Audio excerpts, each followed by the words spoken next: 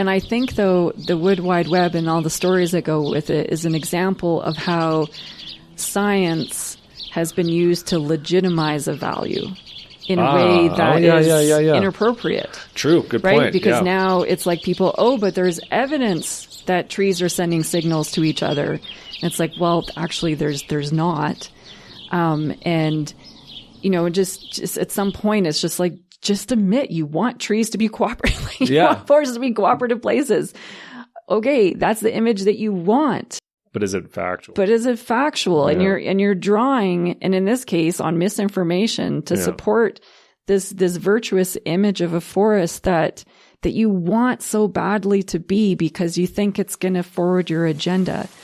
And so to me, that's where it gets very messy.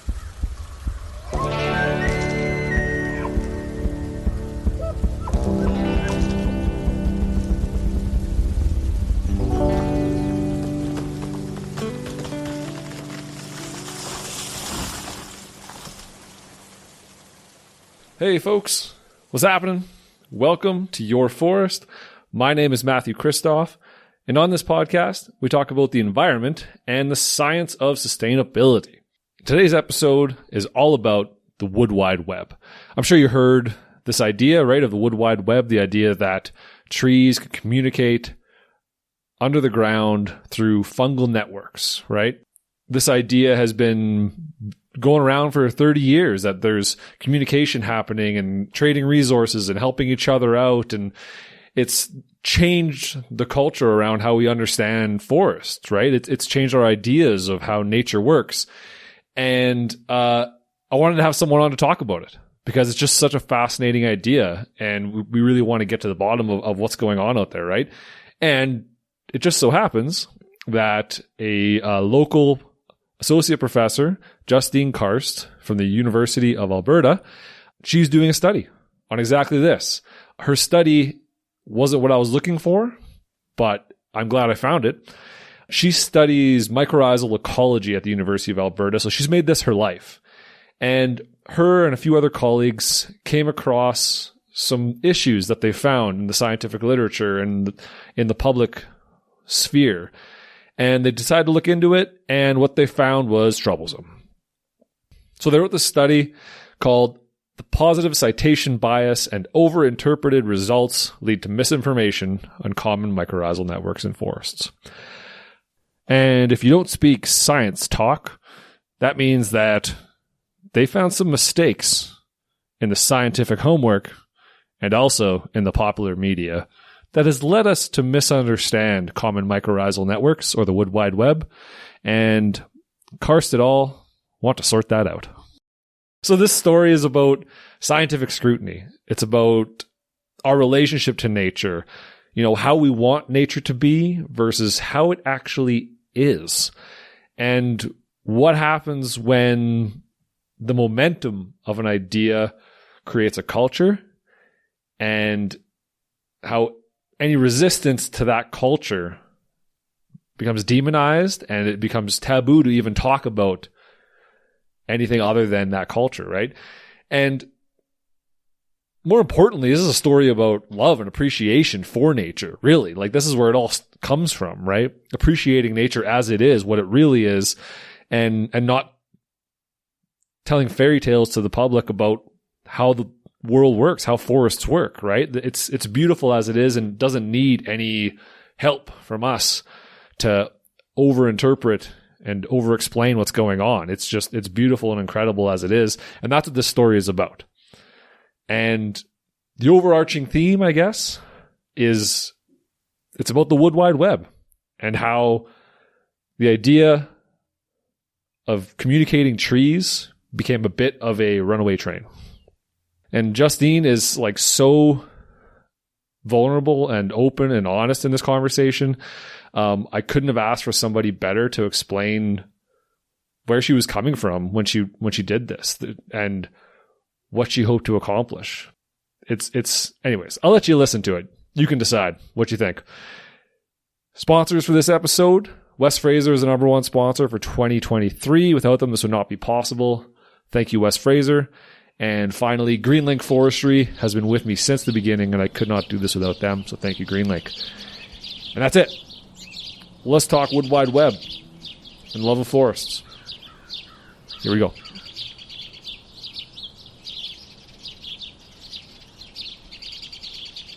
Okay. So yeah, what brought you to this work? How did you end up doing this? I would say, probably like most people, it started when I was a kid, and I grew up in the bush, and so we lived about 30 minutes outside of Nelson in interior British Columbia, and so my childhood was spent out in the forest, and like most kids, super curious, and I loved taking things apart, like rocks. I like to smash rocks, dig in the soil, see roots, and even gross stuff too. It's like if there's a little carcass of some animal, I'd like to, dissect it. I saw it as an opportunity of like, what's inside? Oh yeah. So always very curious. And then too, it's like growing up, living in the forest was great. I loved it. I loved all the memories. But there was also parts of it too that made me just wonder, I guess, about the future of forests, our relationship with that. And like for an example is, there was one time and we were evacuated because there was a wildfire on the mountain next to us. And so then it was like, this forest playground, but then it was like this totally scary place. And I'm sure there's many of your listeners that have now had experiences with fires and kind of close calls.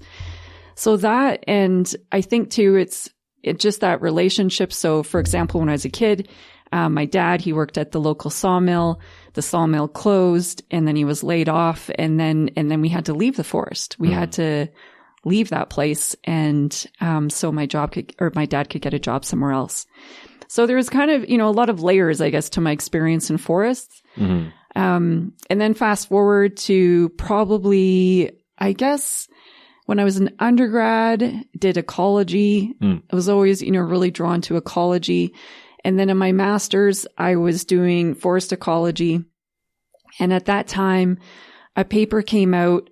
It was 1997, and it was a Nature paper, and it was this experiment showing below ground carbon transfer between trees of different species.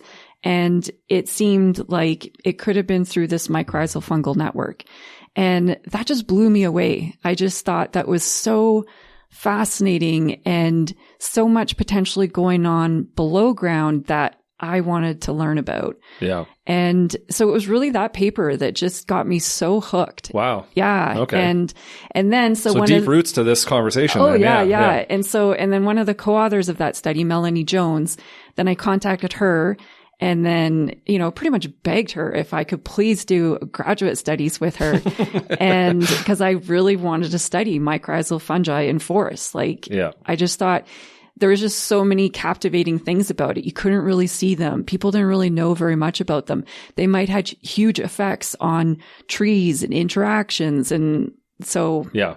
And I guess I've never looked back since. Wow. Okay. I didn't realize that it was that deep. Yeah. So it's been decades long exploration, right? Like it's it's been I think just over 20 years. Yeah. So this is deep seated in your mind and something you've been thinking about for a long time. Yeah. Yes. Absolutely. Yes, definitely. Yeah. So I imagine at the time, maybe you can paint the picture societally, the impact that paper had on these conversations for people, just so they can bring them back to know like how that changed things. Yeah. It was, it was controversial for sure. So in the research community, Wood Wide Web. This is this is the paper that got coined as the Wood Wide Web. Right. And so in the paper, so it describes the experiment. They explain, they demonstrate there's some below ground transfer of carbon, probably through a mycorrhizal network, not necessarily conclusive.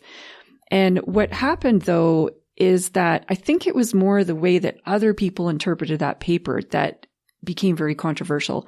So there was a lot of focus on the methods and the techniques, and were they actually showing carbon transfer? Were they actually showing that carbon ended up in the tree seedling? So there's a lot of focus on that, critique on the methods.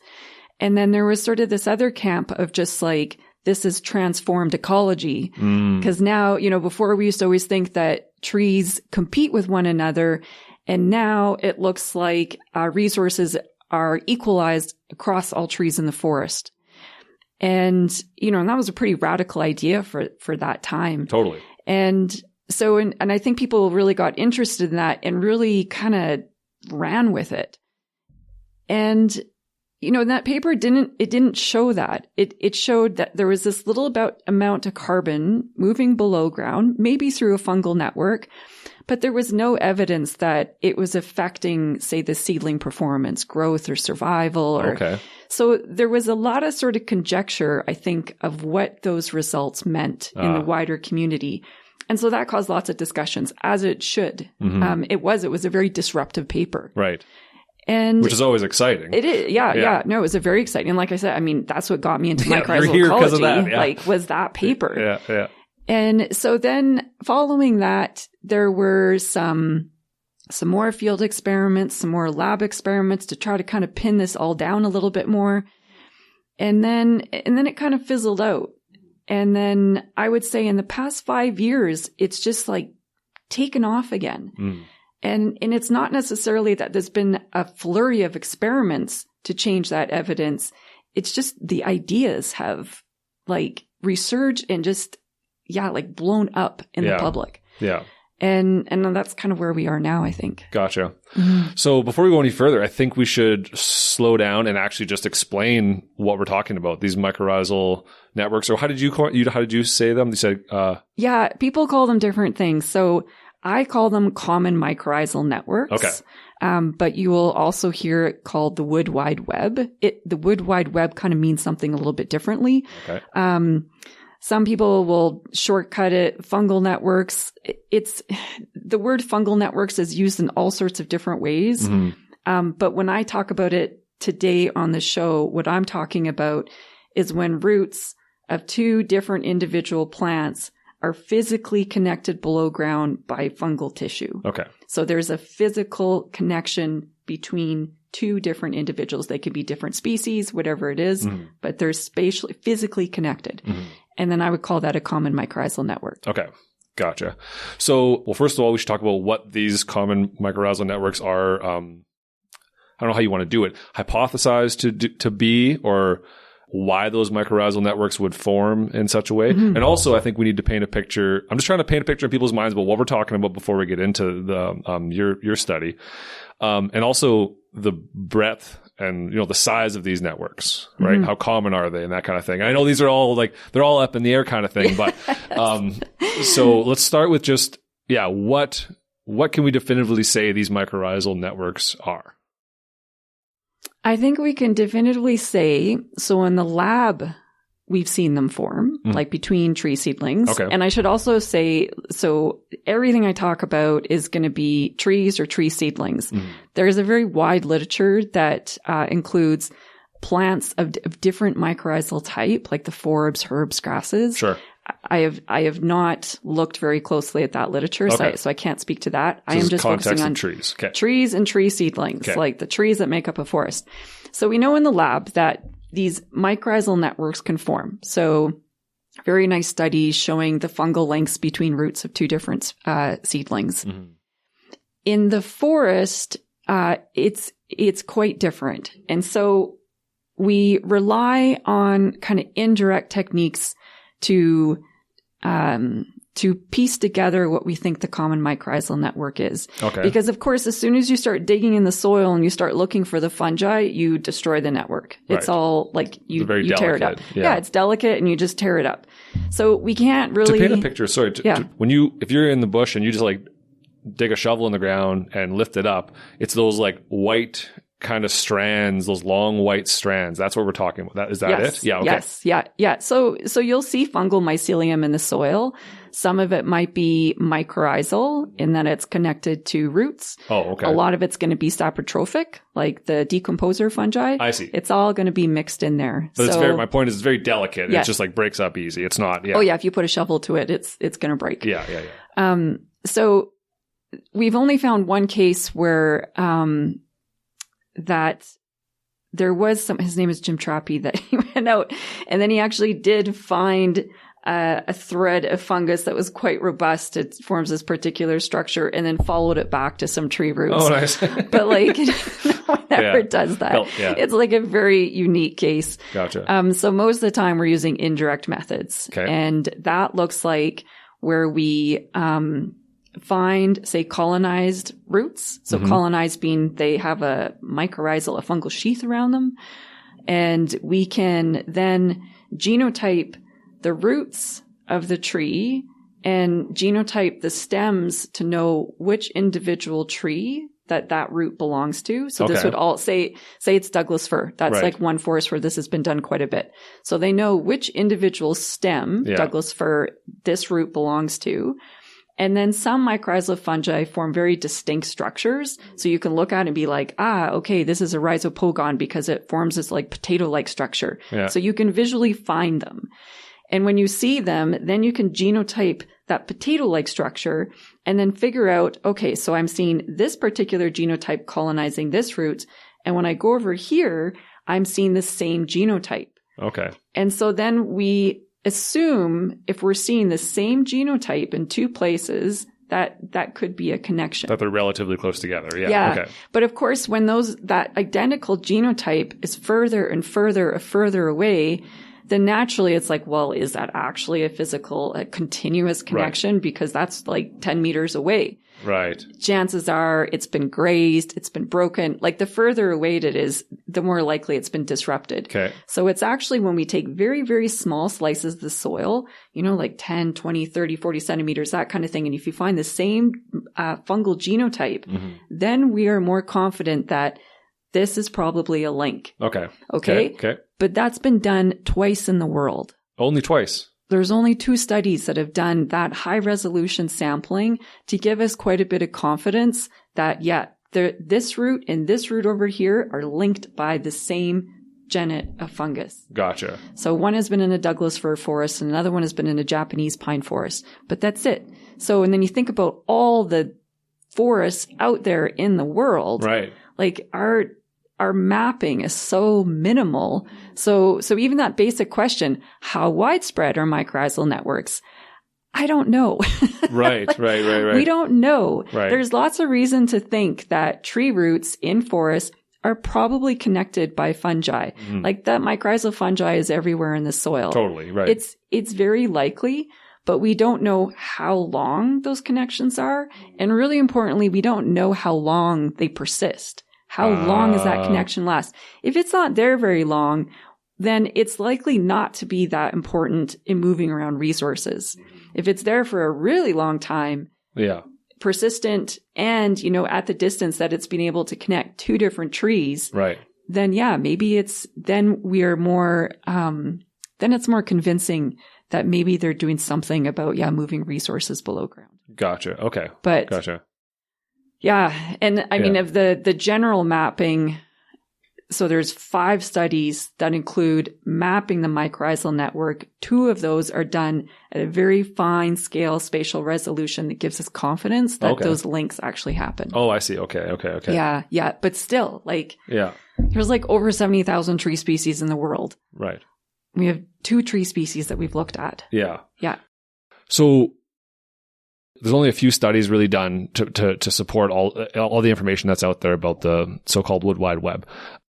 For the mapping anyways. For the mapping portion of it, yeah. Okay. So we don't really know how big they are, how common they are, but we can conjecture that probably they're there. They're there. Yeah. Right. I think we're on safe ground to say they're probably there. It's just what is their role? We don't really know. What is their function? What are they doing? What is their role in the forest? And I want to be clear that there's no dispute that mycorrhizal fungi are important in forests.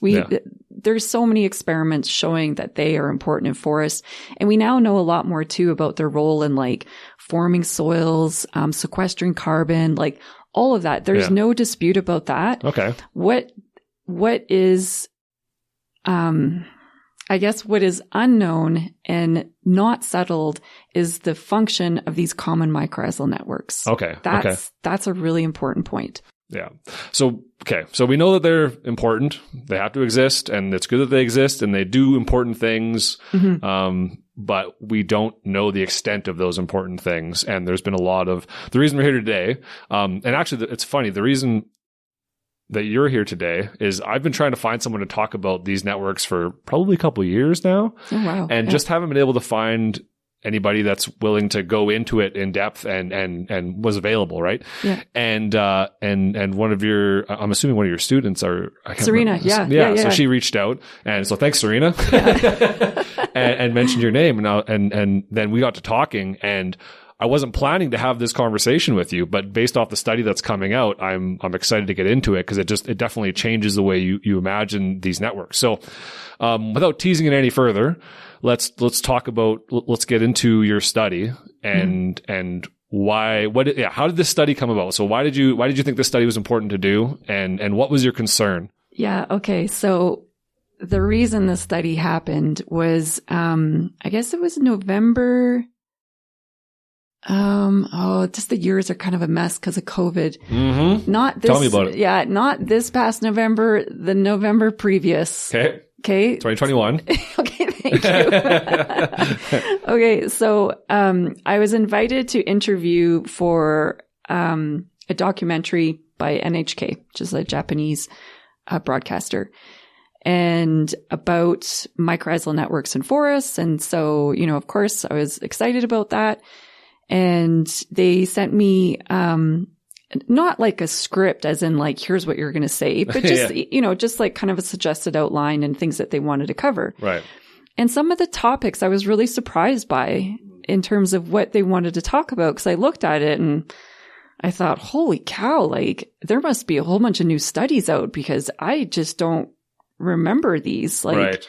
I just don't recall studies supporting this kind of stuff. Can you give us an example of what kind of stuff they were? So just to put the feelers out there for the kind of conjecture that's out there. Yeah. Yeah. So trees sending warning signals to each other of, insect attacks, different tree species, moving carbon in one season to the one species. And then, in the other, like in the fall, then the carbon moves to the other species all through mycorrhizal networks. And I just didn't remember reading anything about that. Okay, yeah. But of course, right away I was like, oh boy, I got to go back to the literature because obviously like I'm missing some big papers here. So that was my immediate thought. Like I am way behind this field. And so kind then of an existential threat moment. You're like, wait, am I a terrible scientist? Well, that's what I thought. Just like, oh my God, Justine, you're so behind in the literature, which is like always the case. But then I called up Melanie Jones. So Melanie was my former PhD advisor, and she's often the one that I go to for like kind of touching, like when I need to hear about sort of classic ideas in mycorrhizal ecology. Yeah. She knows all of that. She's been around for a long time. And so then I asked her, I was like, Melanie, am I missing some stuff here? Like, I feel like I'm missing a bunch of studies. Yeah. And then she's like, well, I don't know. And then we started talking about it a little bit more. And then we started talking about the studies that we were aware of and then thinking, did they really show that? But we hadn't really dug very deep. Sure. It's just kind of you're working off your memory. And then Melanie mentioned, one study that she was on and she said, often that study, it gets miscited. They say it's evidence for this, but, for example, carbon transfer through mycorrhizal networks, but that's not really what we showed. Mm-hmm. And then I asked, well, do you think that's a problem? Just that some of these studies, maybe they're just being cited incorrectly? Sure. And then she said, oh, maybe. And I said, well, maybe we should look into it. And then the other thing is it had been 25 years since that Nature paper that Melanie was on. Right. Melanie's close to retirement. And I said, Melanie, this would be such a great thing to revisit before you retire. Yeah. And she said, okay, let me think about it. So that's sort of the start of it. And then shortly after, Jason Huxma, he contacted me, and I think he had already done a seminar for some group about, he was already ahead of looking at paying attention to the ideas out in the public. And I had not been paying attention at all. And then he's like, have you heard some of these ideas? And I said, well, I saw this script. And so I was wondering, I'm like, I don't know where these things are coming from. Like, I was a little bit confused, but and so he was much more ahead. He's like, oh, you should look at this. Like, very little, short videos and things like that. You should watch Avatar as well. Right. And so he was already kind of in there. And then we talked, okay, let's work together on this. And so that's how it started. Okay. Yeah. So that's only 2 years ago then. So like not even. Year and a half ago. It was not that long ago. But on the other hand though, it's like you have to remember, so the three of us, I mean, Melanie spent, she's retiring soon. Her whole career since she was like a graduate student has been in mycorrhizal ecology. Jason and I are the same, as graduate students, always worked in mycorrhizal ecology. So yes, the paper only started about 2 years ago, but we each have like our whole careers working on this. No, for sure. So it's like, it's not like, we're coming into the field as strangers. This took you by surprise too. It took all of you by surprise, and just kind of like all of a sudden you're like this. How did this like shatter your view of what was going on? No, not yet. Okay, not yet. I was still open to like, I don't know, like let's have a look. Because maybe we're missing some stuff. Sure. And so what we did is Jason and I spent some time, Melanie wasn't so interested in doing this part. And I don't blame her. Like looking at the popular media, she was like, no. Thank you. No, thank you. I don't want to get a Facebook account. She's like, no. But Jason and I did. We spent a lot of time reading, watching videos, podcasts, the works, right? And there's so much out there. That was sort of surprise number one, was like how much was out there. And then from, it took us, I don't know, we're probably talking like over hundreds of hours of just immersed in the public idea of the Wood Wide Web. And then we came out, we kind of extracted what we thought were the three most common claims out there. So one of them, and we've touched on this idea that common mycorrhizal networks are widespread in forests, all over the world. We've touched that now. Okay, we've touched, so we don't kind of, know. we already know, like, okay, we think that they are, but we don't actually know. What's the total area? Do you have like a total area percent, or like, you know what I mean? Like the entire world is a big place. You said only 5 studies did this mapping. And I did calculate that. So when you add up the total area across those 5 studies that have been mapped, it's about a hectare. Oh, and so that's the whole world. And so I don't know how many, there's like 4 billion hectares of forest. I don't even know. It's a lot more than one. Oh yes. And by no means not to say you need to do everything, but exactly. It's like I would never suggest we even have to look at 1 billion hectares, but like 1 hectare, I don't think that's enough. And to probably be making, to say around the world, you probably need to check out at least all of the different major forests. types of forests. Yeah, absolutely. And right now we've only really checked out basically 2. Yeah. What's Douglas fir, interior Douglas fir, and then this Japanese pine forest. So that's it. So that's a big jump. Yeah. Gotcha. So, actually, that's with the mapping. I want to clarify. So the mapping has just been done in 2 studies, but the field experiments have done more in a range of forest ecosystems. But so that was the first claim that we extracted. The second one is this idea that seedlings benefit by being connected to trees through a mycorrhizal network. Okay. And then the third one was that big old trees recognize their kin and send warning signals to their kin through common mycorrhizal networks. Okay. So those were the 3 that we felt like just over and over and over that we were seeing. Those are the ones that the public's holding on to. Okay. Or at least like communicated very widely. Sure. And so that's what we started with. We're like, okay, let's evaluate these claims and see what we find. So the first one, so I told you about that one so we don't know very much, and very few studies have been mapped, or very few studies have mapped common mycorrhizal networks. And that's not to say that they might not be worldwide. Definitely. And like I said, there's lots of reasons to think that trees would be connected through these fungal links, but it's just sort of putting the brakes on though, that like, we don't know for sure. Let's not get ahead of ourselves here. We want to do some more mapping. We would want to do some more checking around to like just feel more confident in that claim. Right. So there's that one. So then the second one, so this idea that seedlings benefit from being connected to other trees through this common mycorrhizal network. So there we looked for all the field experiments we could find done in forests or like plantations, something like that. Trees, basically, out in the field. Yeah. And so the first thing, so there's not that many. I think that there was about like 25. There's not that many field studies. They are scattered and they're more representative of different forest types than the mapping networks though. So that was good. So there's some temperate forests. There's a couple studies done in more tropical areas, things like that, which is all great. That's not a bad number for something that's only been a topic for 20 years or 30 years. I guess that's a pretty good number of studies, but yeah. It's not bad. Yeah. I mean, you always want to see more, but and then we drilled down to each of those studies. And often the way that we manipulate mycorrhizal networks in the field, there's a few different ways, but many of the studies, they will plant seedlings into these mesh bags. And the mesh bags, they differ in pore size. So when it's a really, really tiny pore size, fungal hyphae can't get in and roots can't get into the bag. So the seedling would just be growing in soil, absent any connections or interactions with surrounding roots. Then there'll be another treatment where the pore size is a little bit bigger so the fungal hyphae can go through. So potentially the seedlings would be able to access the common mycorrhizal network. And then a third treatment where roots and mycorrhizal fungi can interact with that seedling. There's some other variations of that where we're trying to manipulate access to mycorrhizal networks. But that's sort of the overview. Okay.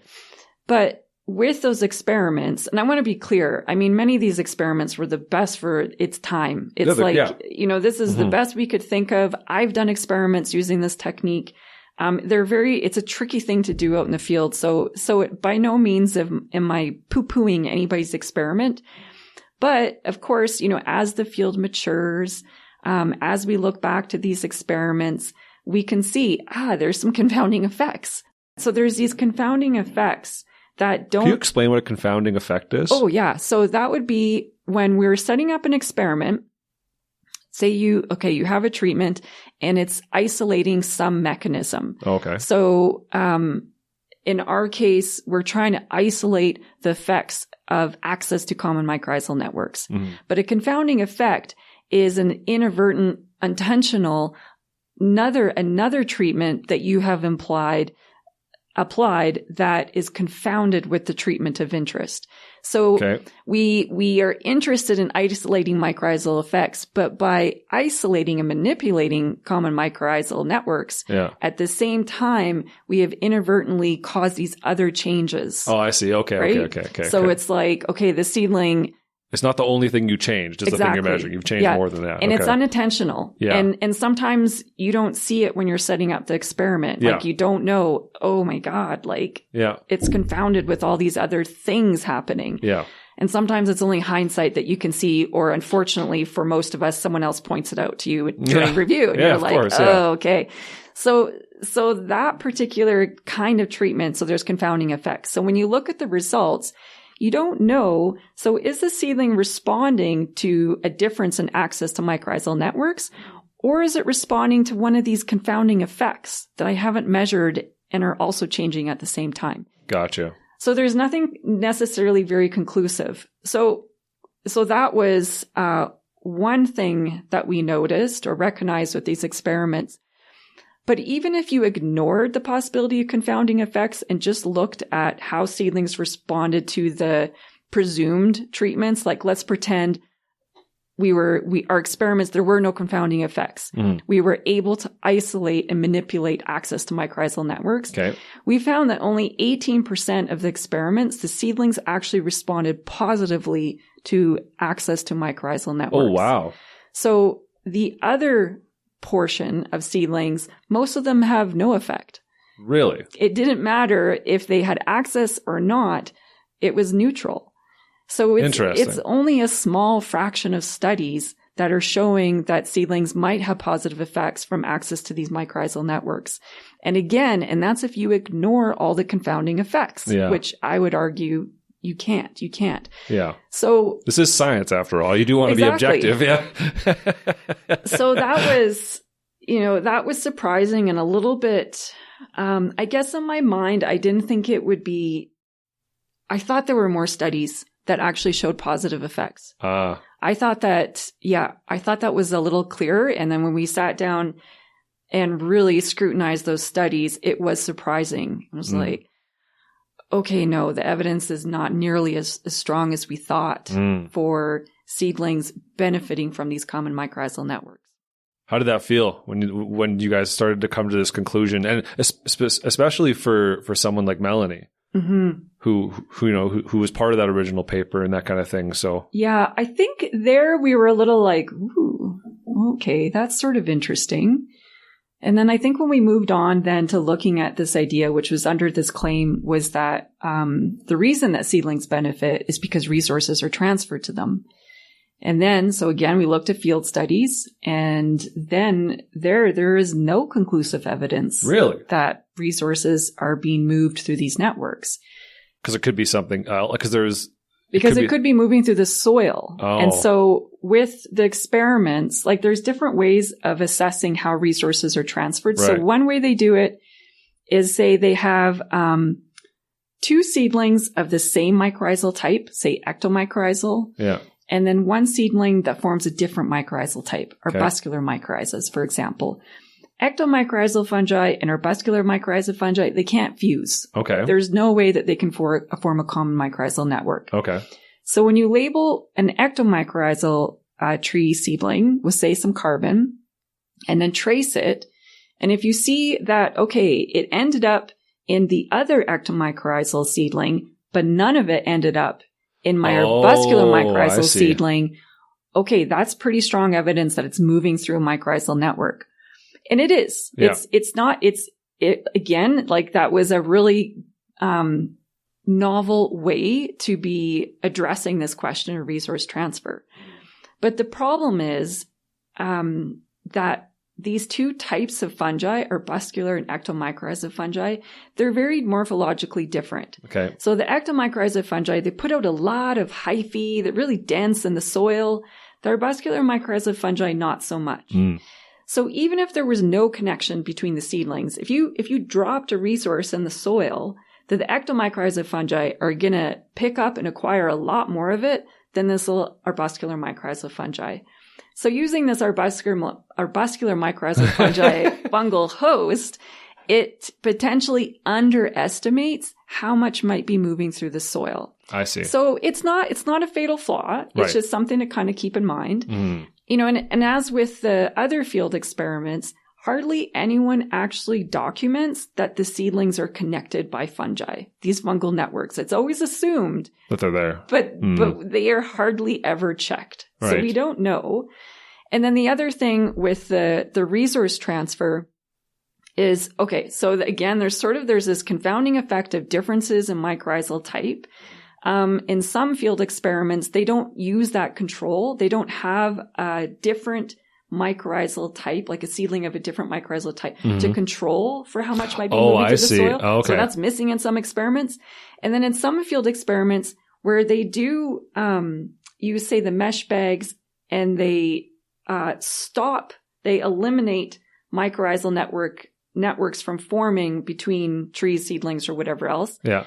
There are studies showing that there's still carbon moving. Oh, really? So we know there's other things that are doing this, not just mycorrhizal networks. Definitely. We know that like root exudates or something. Right. There's some way that this carbon is moving below ground that is totally independent of mycorrhizal networks. Interesting. So that was eye-opening. And then I think for us, we were starting to feel a little bit like, that's I think when we got the sense of like, okay, the evidence is not as strong as how it's told out there in the public. The popular media is but really... also in the research community. Oh, really? Okay. Yeah. And so, I mean, I'll get to that. Mm-hmm. So, okay. So now we're a little bit sad. Okay. But not like totally sad yet, but a little bit sad. Yeah. And then we got to this third claim that big old trees can recognize their kin and send warning signals to their seedlings through mycorrhizal networks. Warning signals because of pests or something. Yeah, say the tree is being attacked by insects. it mounts its defenses, and then there's a signal that runs through the mycorrhizal network that would warn seedlings connected Protect to that yourselves. network. Yeah. Yes, exactly. Yeah. So yeah, exactly. Protect yourself. Yeah. There's a drought coming. There's insects. Okay. So, and I mean, and that one is very tantalizing and just like, wow. Like, wow, they're watching out for one another. Yeah, like, wow. And Or I should say the fungi is watching out for them. Yeah. yes, yeah. right. Yeah. The I guess fungi, that's another big one. We'll get to that. yeah. The fungi are looking after the trees. So that one, and there's just the public, there's just so much traction with this one in the public. So then we searched, where is this idea coming from? And what we found is it seems to be based on a single greenhouse study where two seedlings, ponderosa pine and Douglas fir, were grown together in pots.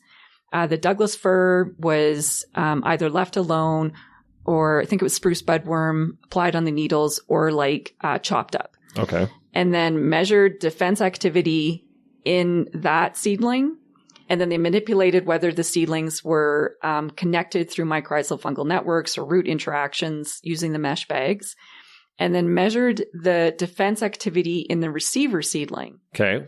Okay. And so what they found is, so when Douglas fir, insects, chop needles, it mounts a defense as you would expect. Right. And then in the treatment where there's just fungal connections, the ponderosa pine then, so it mounted its defenses as well. Okay. So when they're connected through fungal networks, we see that the seedling mounts its defense as well, which is really intriguing and cool. That's cool. Yeah. Yes. But the other part of that experiment, though, is in the treatment where the neighboring roots are allowed to interact, which is the case in a forest.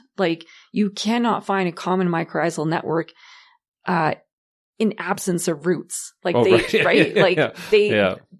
go together. Right. So that last treatment where the roots between the two seedlings were allowed to interact, there was the receiver seedling, its defenses were not mounted. It's like the presence of neighboring roots and allowing them to interaction totally canceled the response, this defense signaling. So what the hell does that mean?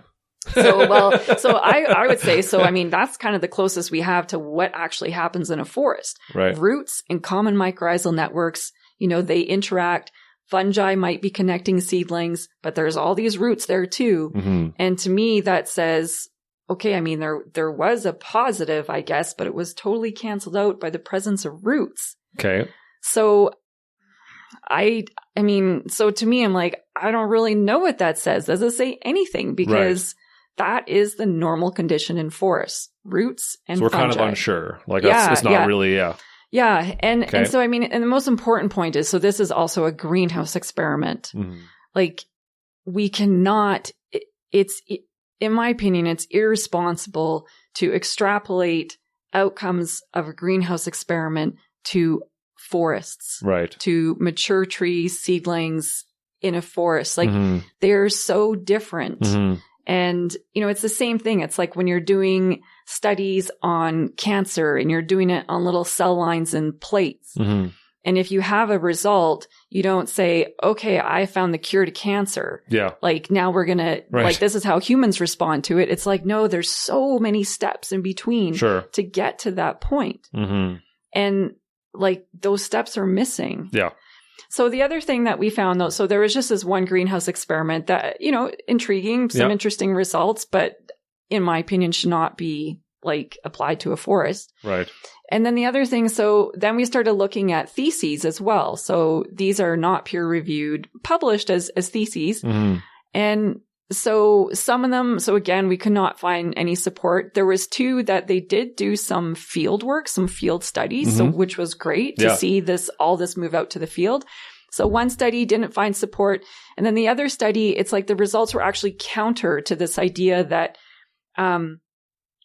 seedlings that are kin with the adult tree through mycorrhizal networks grow better. And in this case, they found that actually kin did worse beside kins. Really? Okay. And mycorrhizal networks had nothing to do with it. They had no role in it.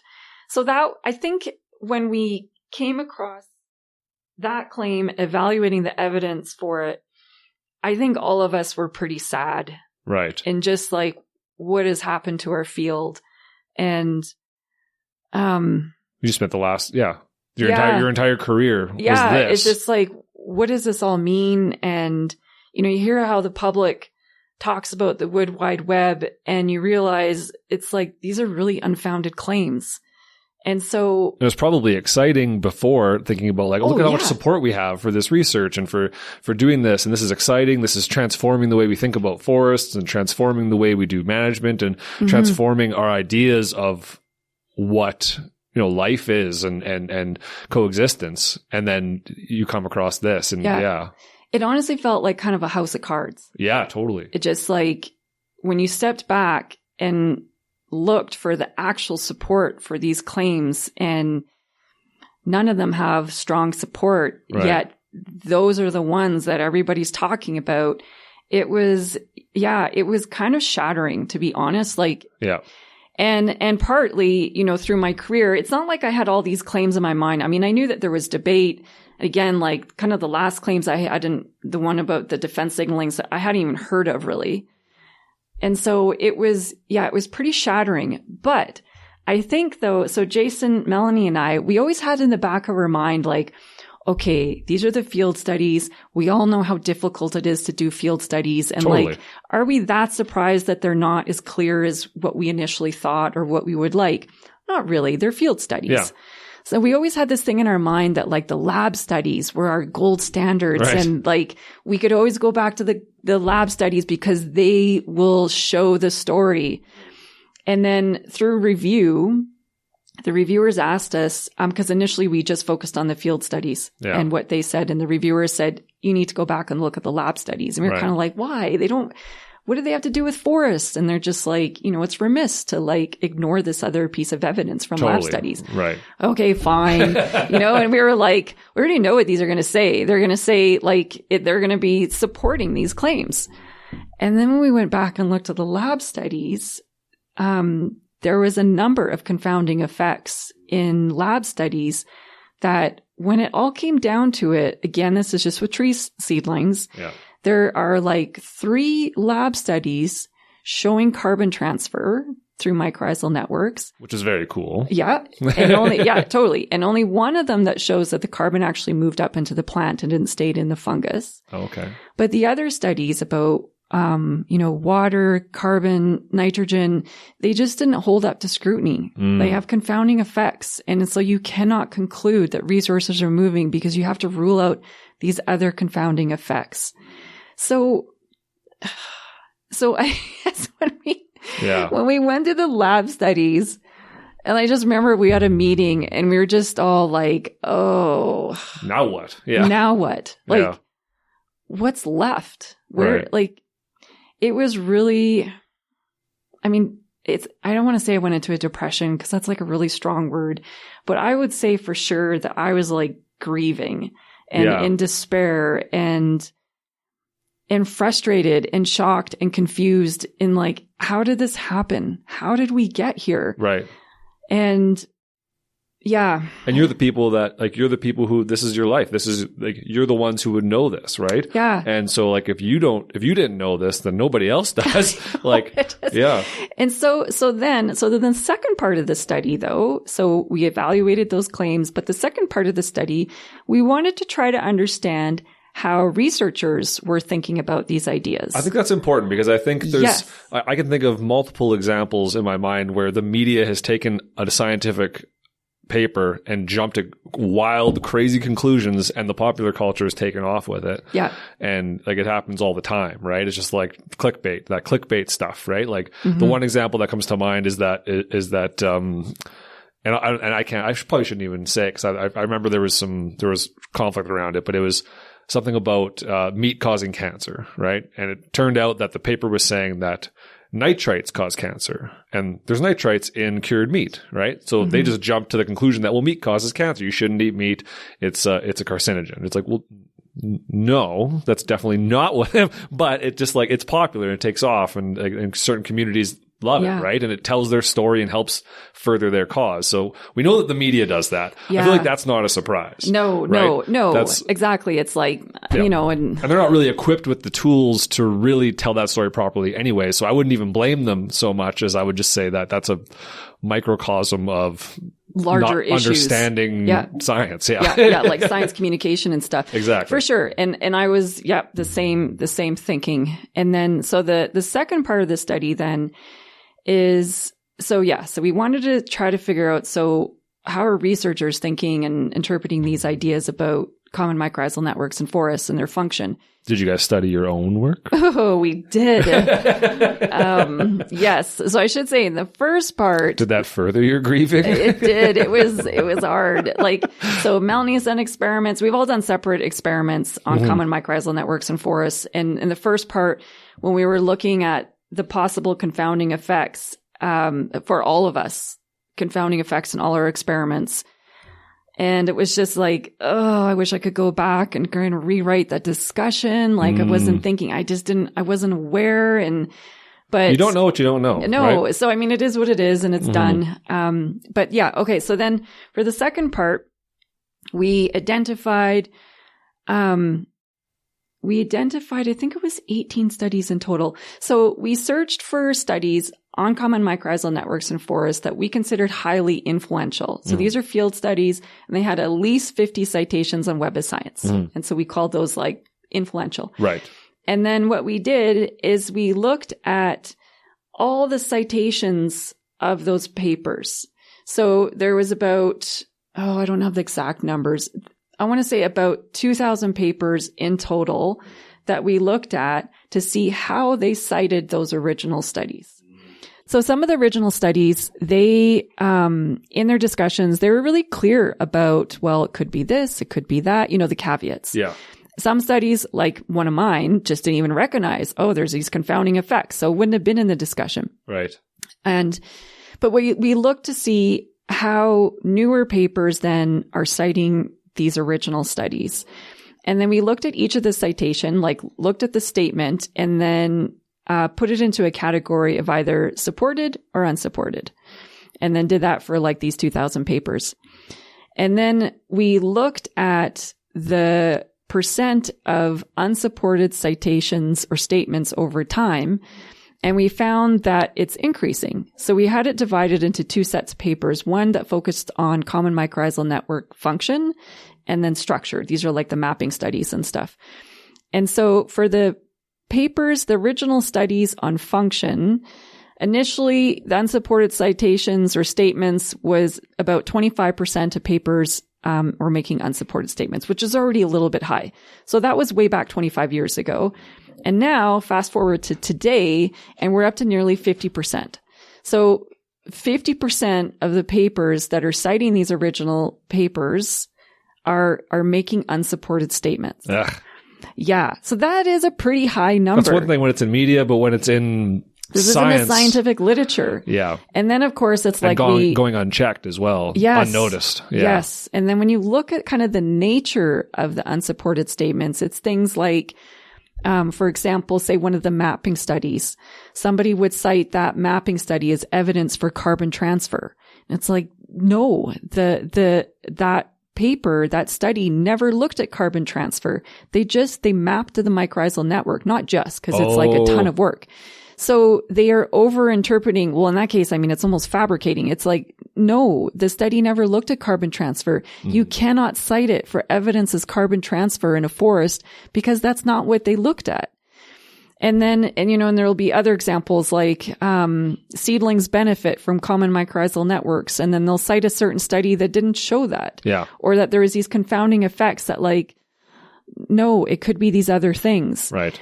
So those are examples of the kinds of unsupported statements. But what that means though, so again, I mean, you mentioned this, it's very easy to point to the popular media and like, oh, look at you guys. You don't know how to communicate and you're telling all these stories. Yeah. But whether it's intentional or not, we scientists have become vectors for these unsubstantiated claims as well. And we, as in I have some papers that were on the naughty list. Like Jason did, Melanie did. We all did. And at first you were like, oh, it's so benign. You know, it's just like one miscitation. It's not a big deal. But when you look across papers and it's this cumulative growth over time to now we're at the point, it's like, is the public feeding us this narrative or are we feeding the narrative to the public? Everyone's just got excited. Like this idea came out and everyone, what? Are you serious? Is this what's going on?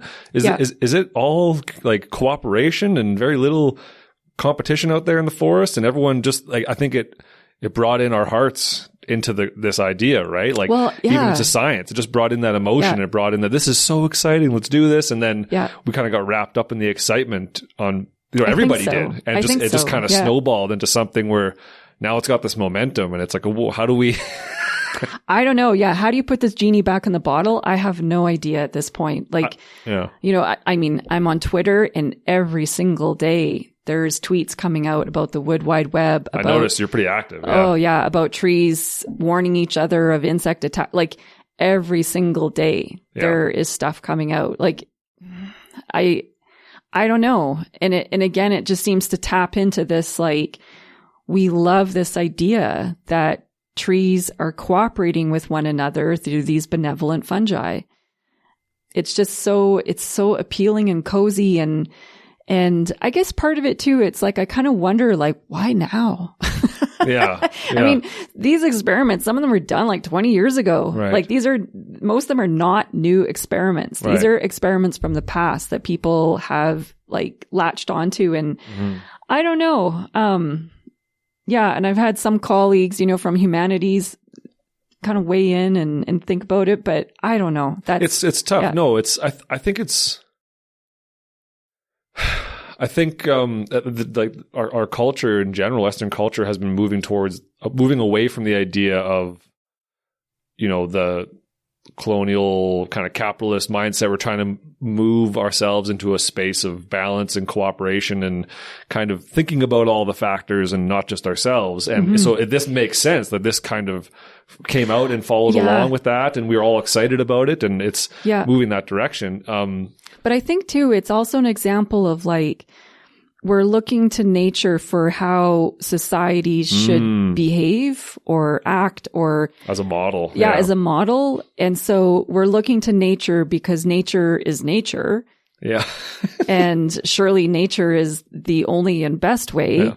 And I think this is a very clear example of just like why that doesn't always work. Like, if we want to change our societies, if we want to manage forests different, these are all really great questions and include different ways of knowing. These are all great discussions. But it's like we, the people, can decide what we want to see. And in this case, I think, it's like people, it's like we're looking to nature to tell us how to live. But in this case, the science was not there.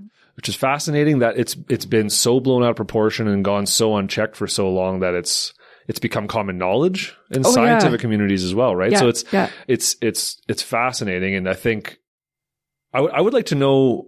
We should jump to your opinions on what are the dangers of this, right? Because I think there'll be a lot of opinions out there, myself included at one point when you sent me this information. And I was like, well, there might be an argument to be made for that. Hey, like this is getting people engaged. This is getting people interested. This is getting people to rethink their relationship to nature and to wild things and to, Mother Earth, if you want, or whatever, right? Yeah. And this is all good things. And I would agree. Those are all incredible things that we need more of. We need more voices and more skepticism and more, all that, right? Yeah. More love, more all that stuff. What would you say to that kind of argument? Like, cause I think it's an exciting thing to do, right? Like you just know, you're like, this feels right. It feels right. So therefore it must be right. And I probably right there, I was like, if it makes you really mad or if it makes you really happy, pause. Right. Pause, because that's, and it's not that listening to emotions is a terrible thing. They're there. It's a crucial thing. You need to listen to it. Yeah. You do. Like they're not something to be ignored, but the world, out there also knows how to manipulate people's emotions in a way to make them do something, or, to i.e. any politician ever. Yes, right? So it can be used against us. or a documentary, I should say. Yes. So I'd be careful. But actually, okay, but what I would say though is the problem. So I agree 100% that I think that many of us need to rethink our connections with nature, rethink how we interact with forests. And there's always good discussions about how we manage nature, how we manage forests.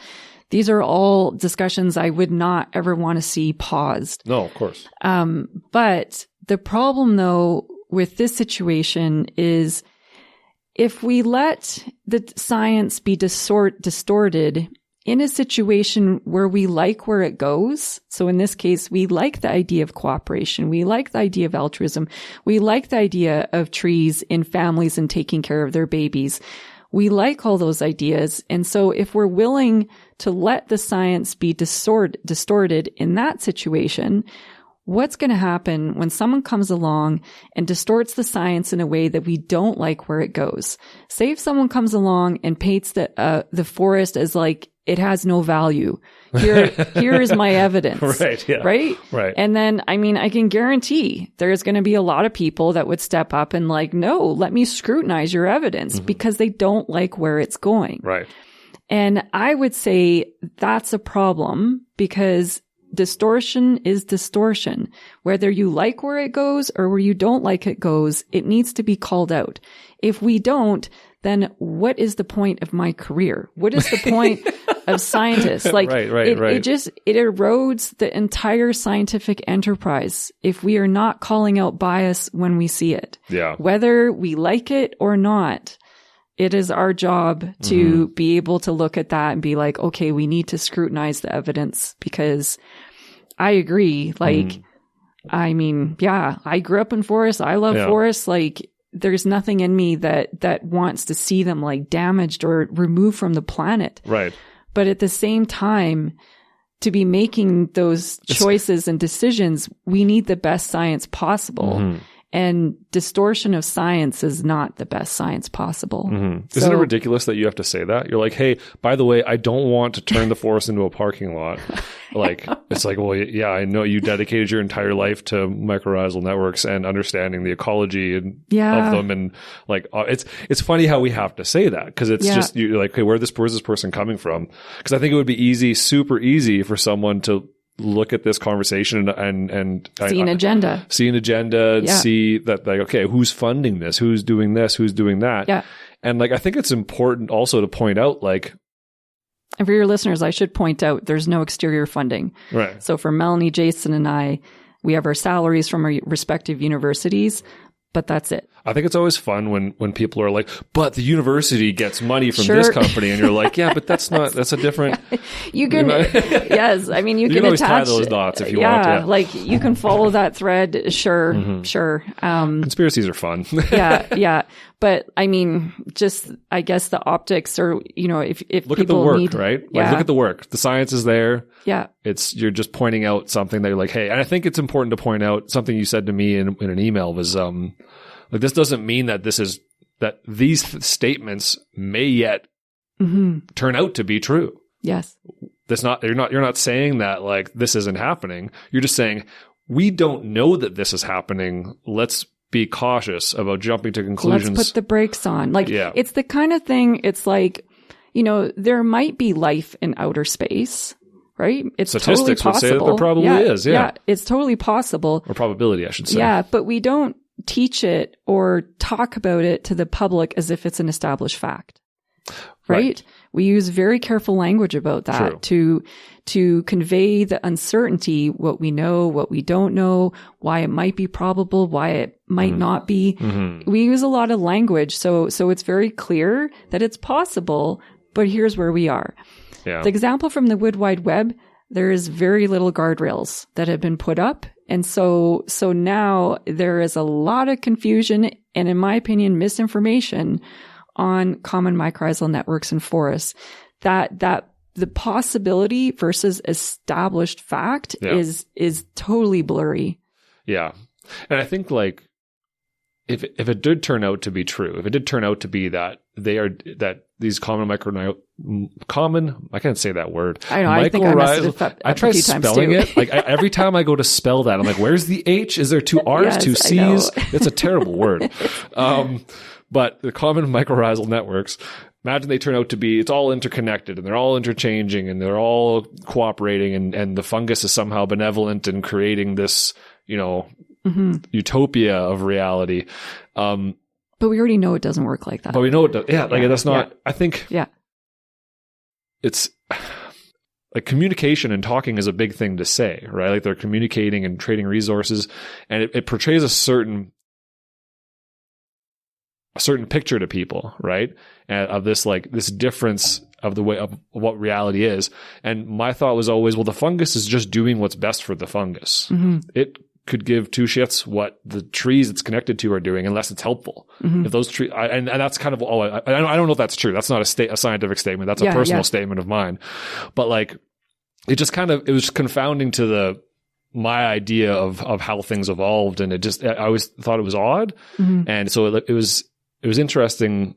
When I first reached out to you, I just want to talk about these cool things, these cool mycorrhizal networks. They're awesome. Cool. Yeah. And I just wanted to ask you, like, hey, I've heard about this. What is this? Tell me about it. It's cool. And you're like, well, yeah. Sorry, Matt.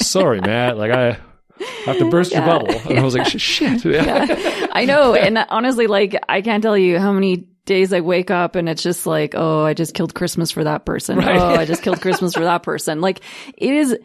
I don't have a lot to gain in this story. Like, you're going to be painted out to be the bad guy, I'm sure. Oh yeah. Like there's, as far as I can tell, it's mostly been things I've lost in this situation.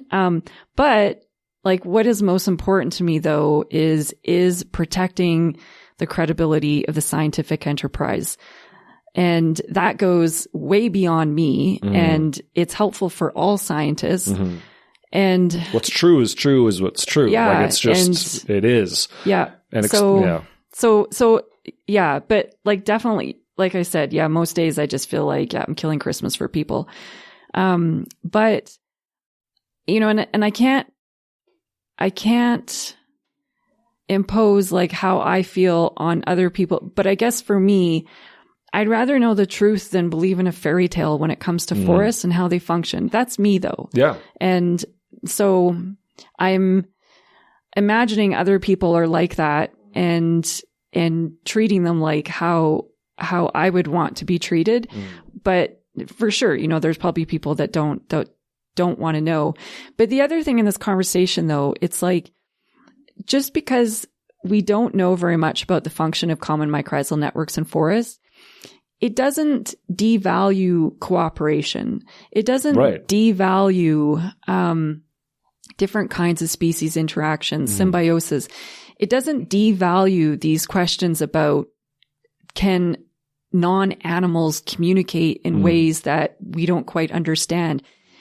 I have nothing to say about those conversations in terms of like, I think they're great conversations to have, and I actually have nothing to add to them. All I'm adding in this situation is just to say, in some cases, the evidence that you're using to support these claims, it's actually not there. Right. And it doesn't mean that none of this doesn't exist. Right. It just means that this piece that you have been relying on to make your story, it's not as solid as you think. Right. And that's my only purpose in all of this. So, because the other thing I notice is, it's like sometimes people get upset or defensive about, well, cooperation and facilitation. We all know that it exists. Yes. Yeah. I have no arguments. We've known that for a long time. And this doesn't take away from that. So, yeah.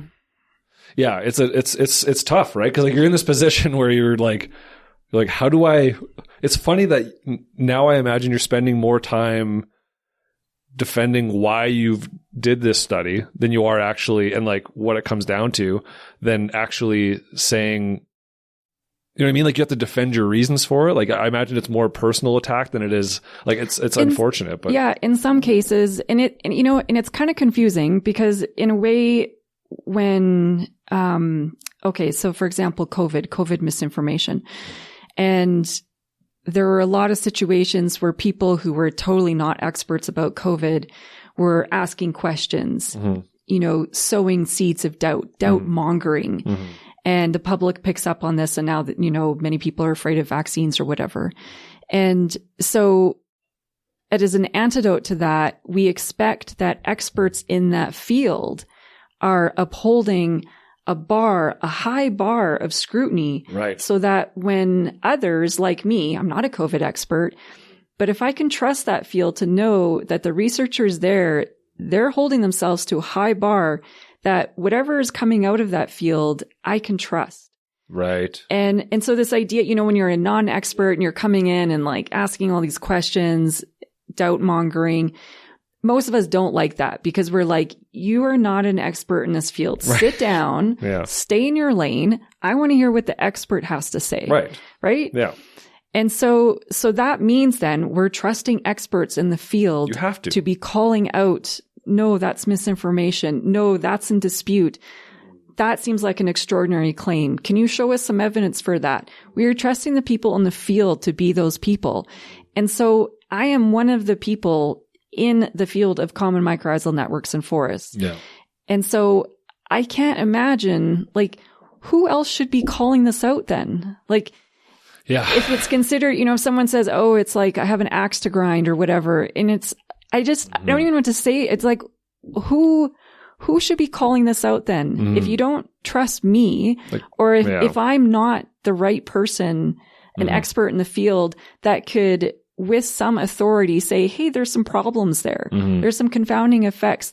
Then who do you trust to be calling this out? Who do you trust to be upholding our field if you're not trusting the people who actually are researching for the past 20 some years in the field? Yeah. And so that part I find very confusing. Like, and I don't know what to do with those comments, and just like, I don't think there's anything you can do. Like, what can you do really? Like, you're not going to sit down and explain, like, and teach them everything they need to know from high school all the way up to a doctorate to understand this concept. It's because you can't do that. Right. Yeah. So it's like, you just at some point you have to trust experts. Like you've spent your lifetime doing this. You're like, and not necessarily trust you personally, but you can trust the science or scrutinize the science at the very least. And like, and well, you want to know, it's like skeptic has such a like dirty connotation to it now. Sure. Being a skeptic, like there's just all these stereotypes and stuff, but it's like science relies on it.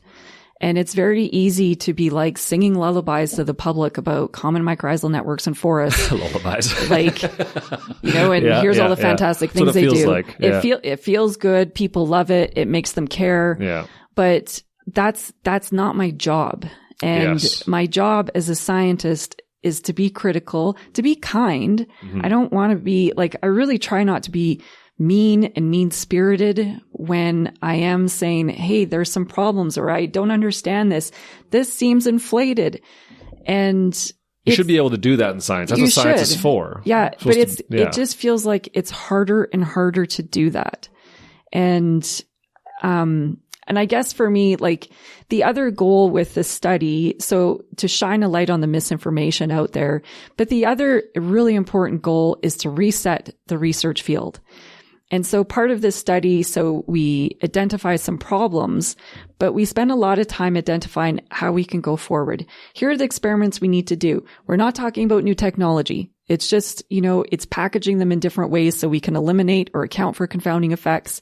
So we can test what we think we should be testing. Let's figure out what is going on. Yeah. And so we're really excited about like Common Mycorrhizal Network 2.0 in forests. Like there is a lot of possibility. There's a lot of potential. There's some great experiments out there, and we're really excited about that. Yeah. And that's, you know, that's what we want to see. Yeah. At the very least, we know that carbon is being transferred between, that in and of itself is crazy. Like that. That's not untrue. That is happening. Exactly. I mean, that why and for what reason and how? Like how much and how impactful. Those are all answers that we don't have. Yeah. So I mean, I'm still excited about the field. I'm still excited about where it's going. But I really hope with this paper that it does cause people to pause and look back and okay, maybe the evidence wasn't as strong, and like, oh, we've got this problem in the scientific literature that there is a positive bias that paints a picture of trees benefiting by these common mycorrhizal networks. Like, those are problems. To me, we have to get our house in order and be open to it and admit it and move on. Yeah. And different fields have had their problems, like psychology, that they have replication crisis. Like, different fields have had similar problems. I guess for me, I was surprised that it landed right on my feet. Like, wait, I'm the person that has to do this? Like, what? No. No. And, and that's the other thing, Matt. It's like, when I talk about, I have nothing to gain by this, because that's the other thing. For the past year and a half, like, this was not a study that we worked on, a few hours on the weekends. Like, this has been like us immersed and consumed by this, putting together the evidence, looking at the studies for the past year and a half, going through all the like popular media. That is all time that I could have spent working on new experiments and, or doing something that is a positive addition, something new to the field. Yeah. And I do think this kind of consolidation is very, very important. Totally. But yeah, this is a year and a half, and I think I think this is probably the most impactful. It's got to be one of the most impactful studies you will have done in your career. Oh yeah, like right? This is a big deal, and it's something you should be proud of. Like, it's just like, I understand what you're saying though, because it sucks to have to be the person to be like, hey guys, I found some problems with our homework. Just like the total wet blanket buzzkill. Yeah. No, and I mean, I'm excited. I'm excited again for the reset that I hope will happen. Like, we have a new direction to go with our research. Here are some issues. Let's move forward. Let's be very careful with the claims we're making, because many of them are not supported. Yeah. But I'm also terrified of like just dumb things. It's like, I imagine going into a conference and like getting booed or something. Just, right. This is my colleague's work. And so all of that is, that's hard. Like, 'cause you definitely, from the outside looking in, it seems like you're sacrificing a lot here to try and stand up for the science, the way the science shows itself, right? And that you're definitely putting your, I wouldn't say your personal well-being, but like maybe I'm putting my reputation and my name. Yeah. Right. And like, this is my name. This is what I've signed to. This is what I said is going on. Like, that means so much to me. Yeah. And, and I'm putting it on the line as to like, there are some problems. Yeah. I should say though, we haven't been totally alone. So yeah, you mentioned I'm on Twitter, and we've had a lot of cheerleaders. Or sometimes, I'll get like kind of the rare email of someone that I don't know and just like saying, I'm really glad you're doing this. And I had no idea, and just glad someone's looking into that. Yeah. Not very many. But that has been really good and helpful. And at the same time, I mean, people ask us questions on Twitter. Yeah. Sometimes they criticize us. It's all been very helpful in thinking very deeply about what's going on. And so, in some ways it's just the three of us, me, Melanie, and Jason.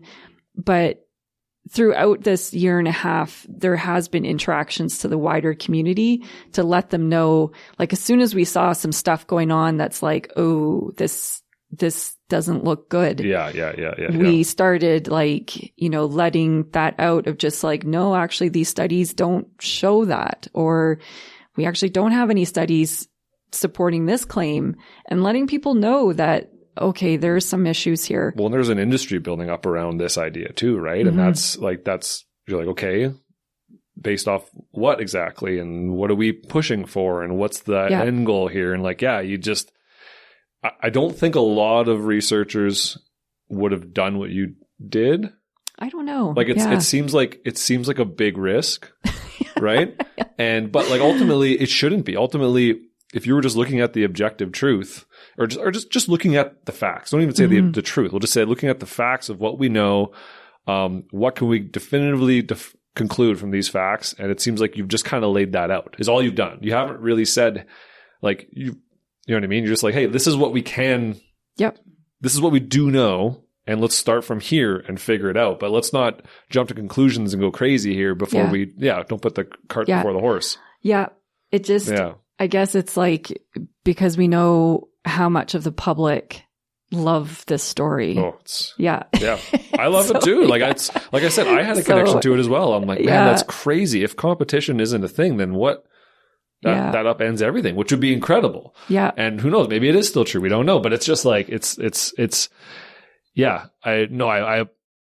like, it just puts you, like, in my position immediately at odds with so many people. Oh, of course. Yeah. And so that part is, like, most of my research up to date has never been combative. It's never been, like, really challenging. Yeah. You know, it's like just adding little experiments here and there to the knowledge base. Right. And, you know, in looking back, like, I just appreciate scientists so much. They're just chipping away at hard problems. Right. Chip.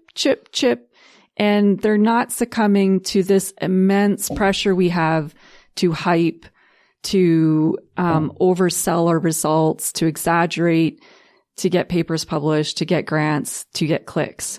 It's immense pressure. And I don't want to dismiss it and like color it as like, if you fall to that pressure, you know, you're a bad person. It's nothing like that, because it's intense. We need good science communication that brings the emotion in to get people involved. We need all of that. But not in the scientific literature. No. Yeah. And it's just so, when I think about, you know, those are my heroes to me. It's just those scientists, again, just chipping away at hard problems. Right, yeah. They know they're adding to like a foundation, and the foundation is so important. Yeah. Like so for example, that Nature paper we started the conversation with, disruptive.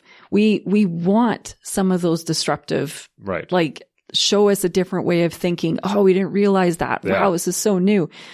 But only if we have like a solid foundation. If there's no foundation, you don't even know if it's disruptive. Yeah, right. Like, you need that foundation. And so now, after all of this, I will very happily go back to like chipping away at hard problems and leave it at that, and just be very happy with that contribution. Yeah. Yeah. So I guess to speak to the due diligence piece, what were the peer review process for this study?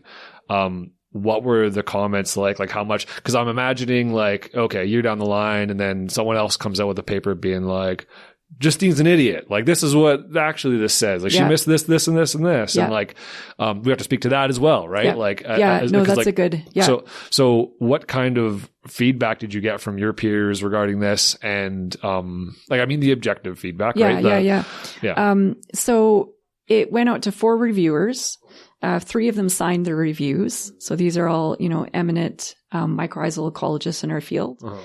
And that was, to me, that was really reaffirming that they would sign their reviews in that way. You did your homework and And to me, it also indicated that they were willing to put their name on it in terms of like, very constructive comments. And I got the sense it was like, we need to make sure that you, Jason, Melanie, got this right. And so if you're gonna make this claim, you have to make sure it's true. Like, we got to make sure this is done right. Yeah. And so that there isn't that follow-up paper like, oh, Karst et al., they missed this and blah, blah, blah. Right.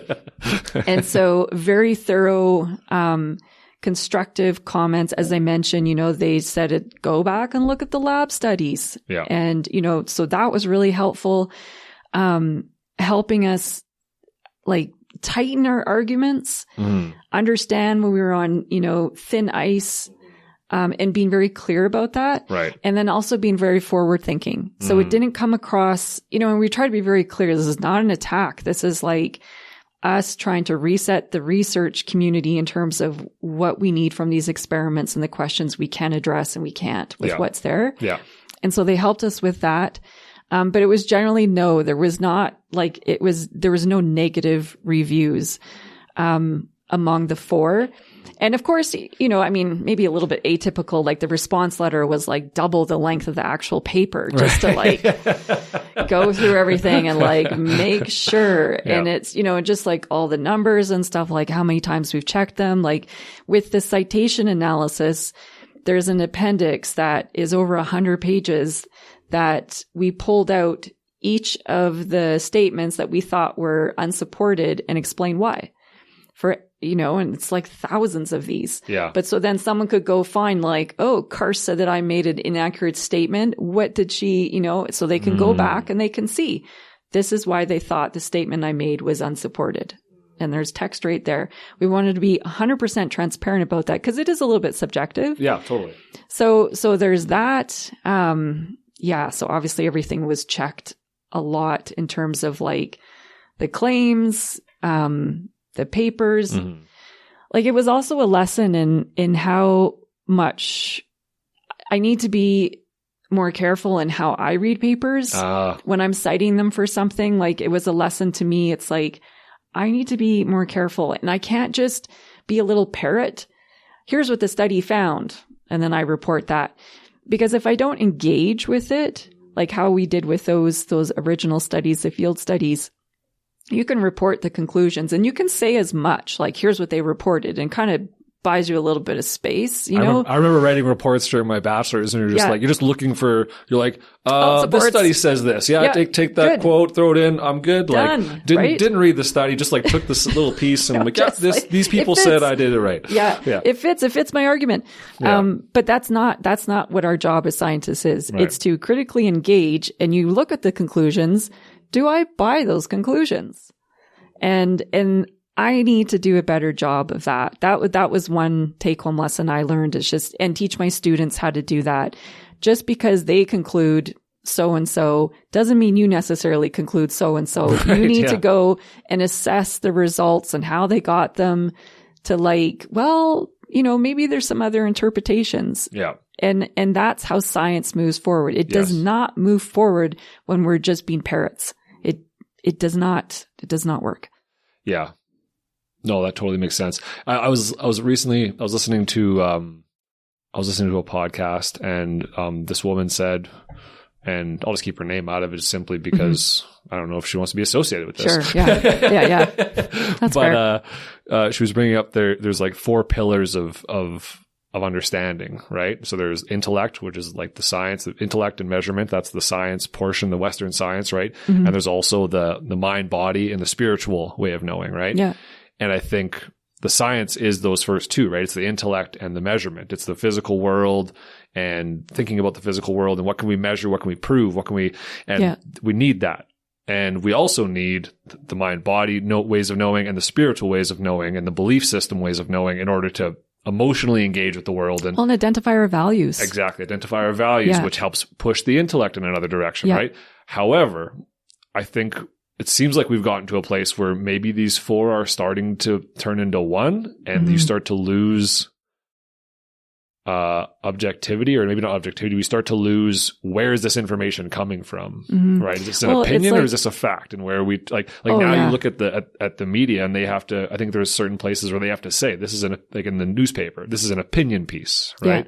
Yeah. And I think we need all of those ways of knowing, and we need the emotional connection, and we need the intellect, and we need the measurement, and we need that spiritual connection, but we have to be aware of which one we're talking about. Yeah. And they do all interconnect. They do. Yeah. But they shouldn't be, blended. The other thing too, it's like science has to recognize when it's not invited.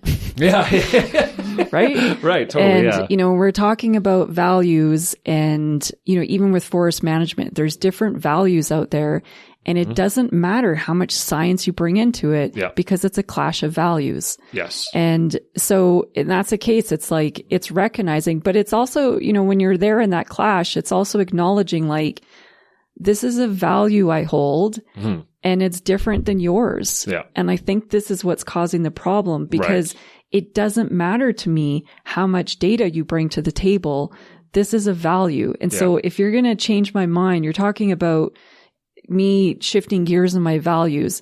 Maybe not impossible, but it's an example of, like, science, you're not invited. And it's just like, for scientists, there's some spaces that we don't need to be putting our noses in there, because it's not appropriate. Right. It's not appropriate using science to attack values. Yes. So I wish it'd be helpful in those discussions if people could be more articulate or recognize or have the awareness when they're in a value territory versus an evidence territory.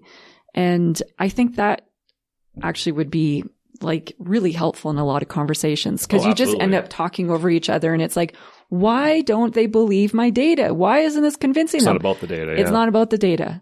And so park it. Yeah. Yeah. I think those are conversations that even on this show, I've had multiple times, had whole episodes with panels, like 3 or 4 people talking about forest values and how do we manage this? And how do those things apply to doing forest management? Because, up until now, we've basically, you can just say it as simply as we've valued timber over everything else, right? And we've made sure to identify the other values and use those other values as constraints so that we don't wreck them with our timber acquisition.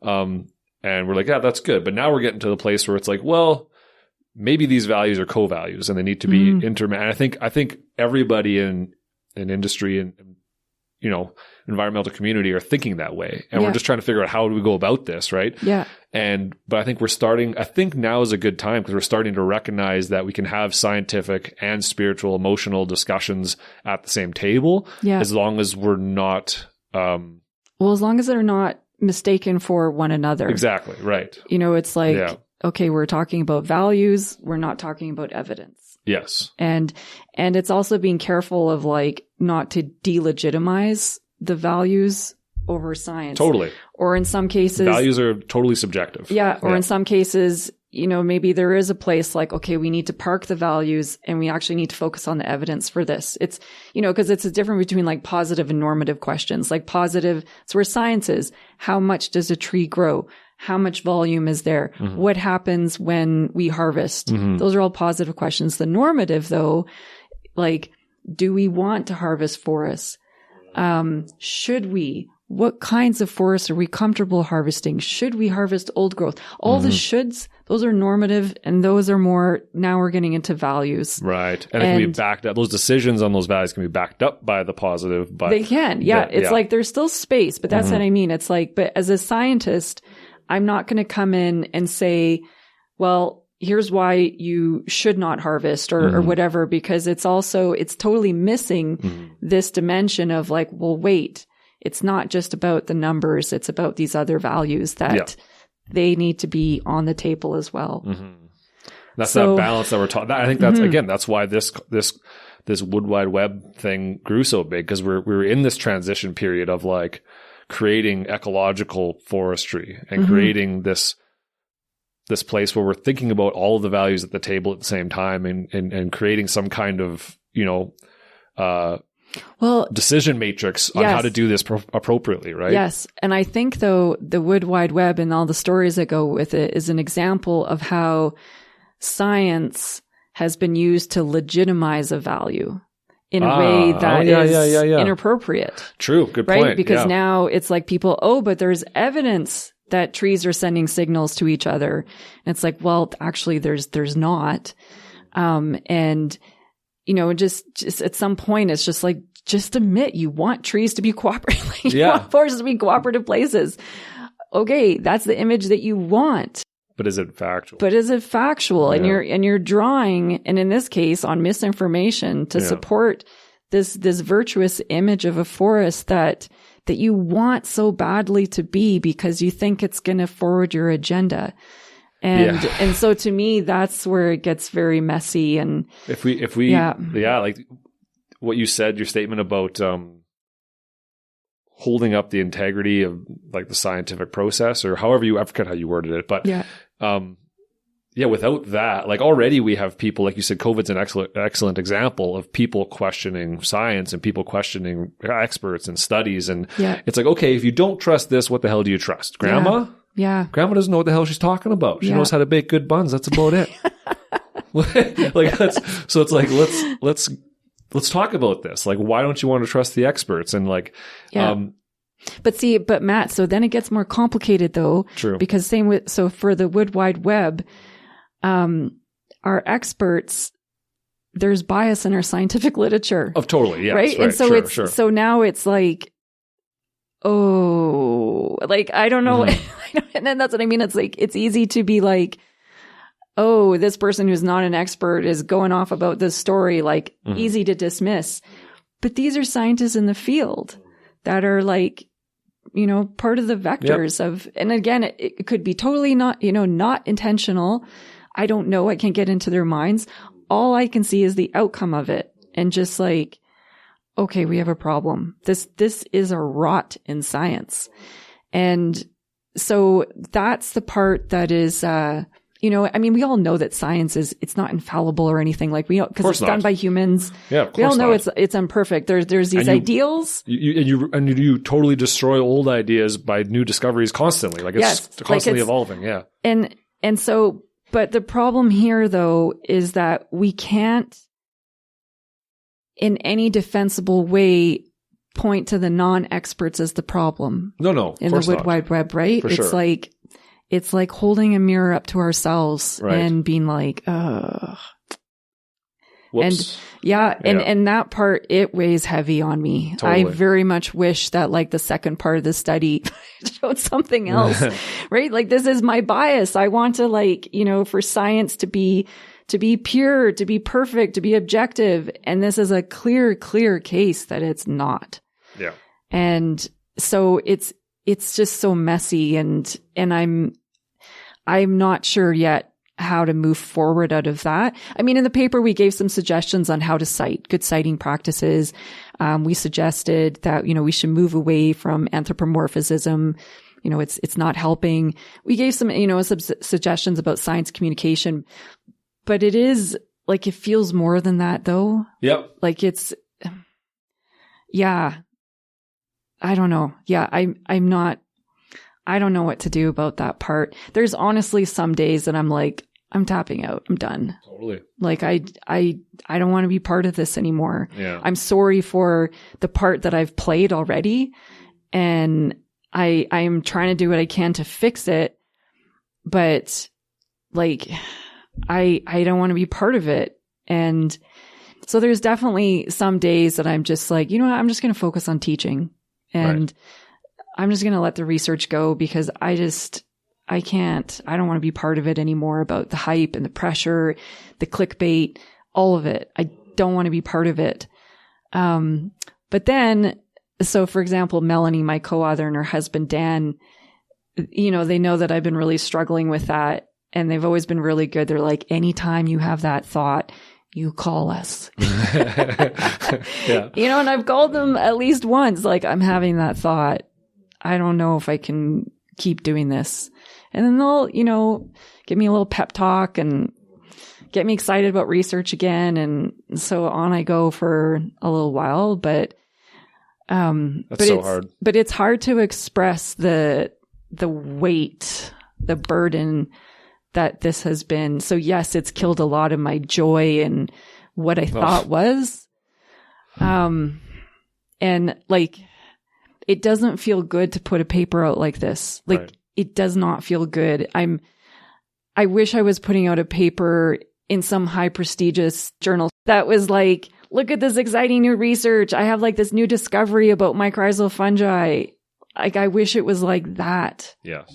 But it's not. It's the total opposite. And yeah.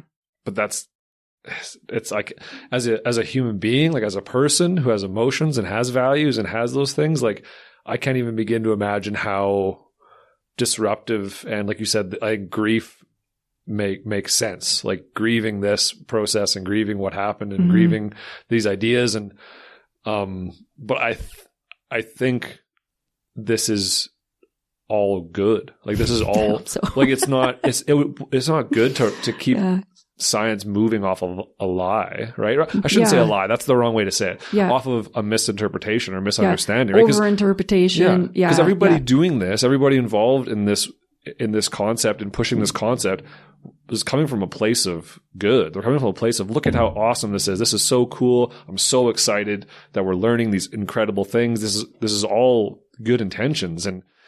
But it's unfortunate that you and your colleagues had to be the ones to, you know, hit the brakes on everything. But it was inevitable. It was coming, or we were heading to a place where nobody trusts science anymore at all. I know, yeah. So it's like, what is the option, right? Like, it's like, okay, can we trust science? And like, this is one way.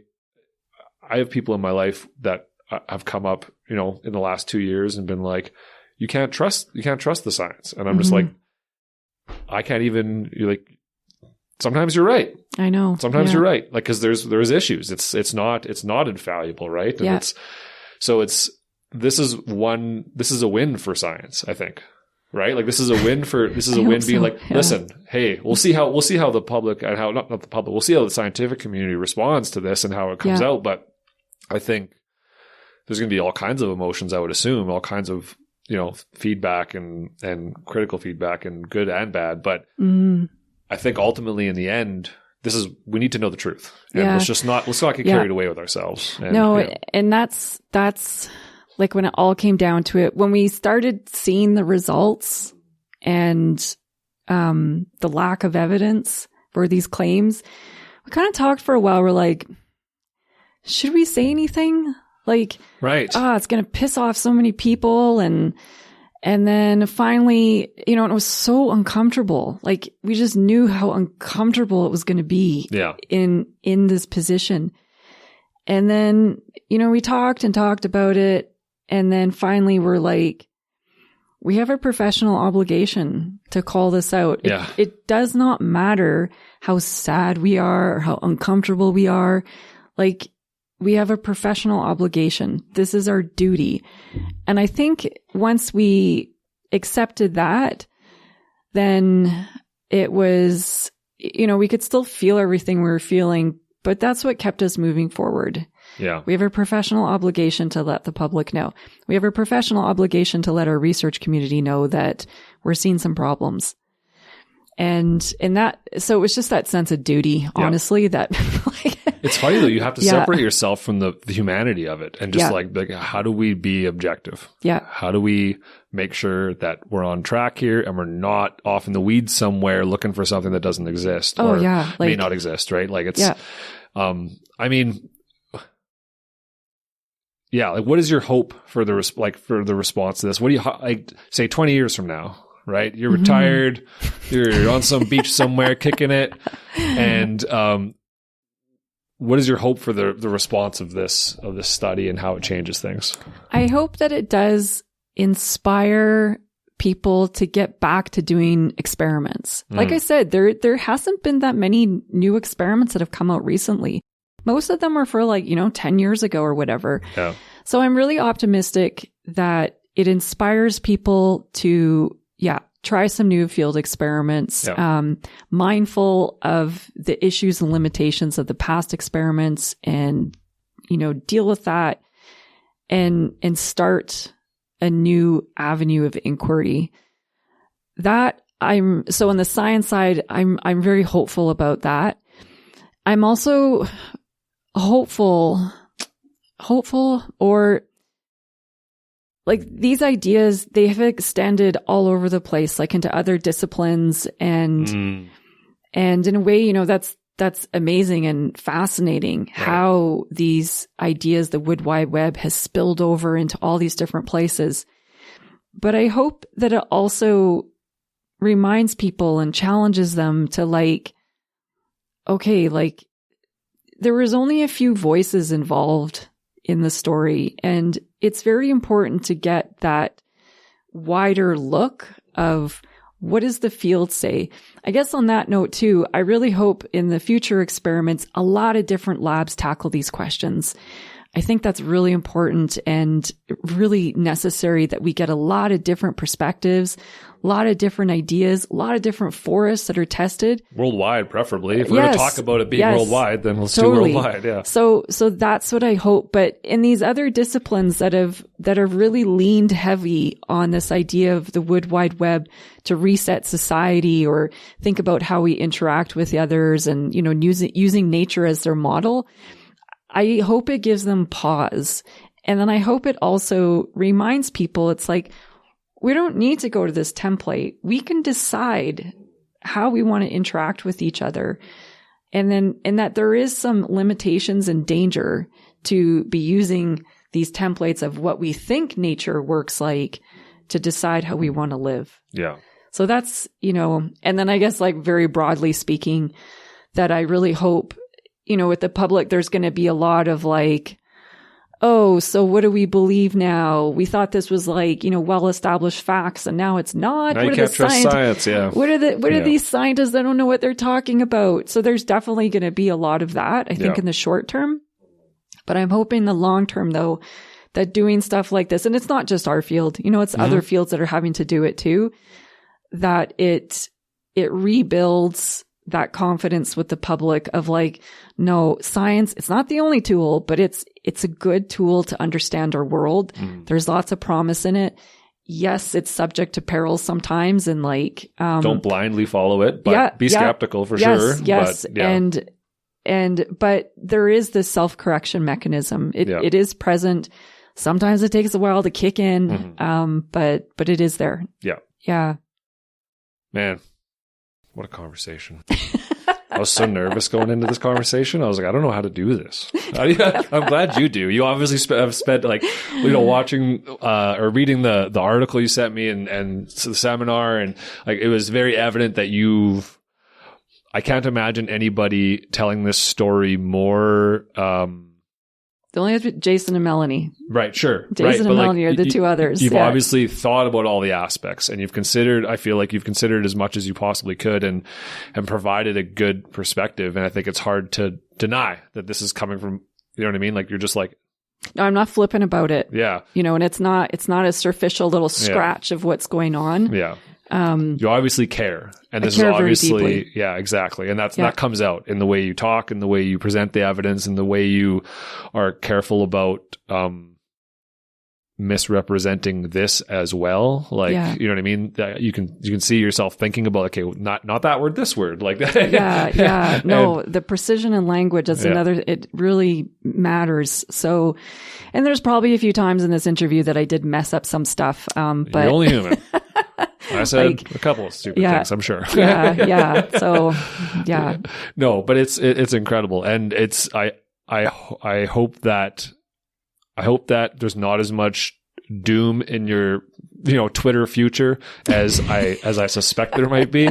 I hope that, with time, this is, taken up as a positive thing, and like, okay, now we have a chance to really figure this out, and who knows what incredible things will come out about these common mycorrhizal networks that we don't know yet, and what might be proven true.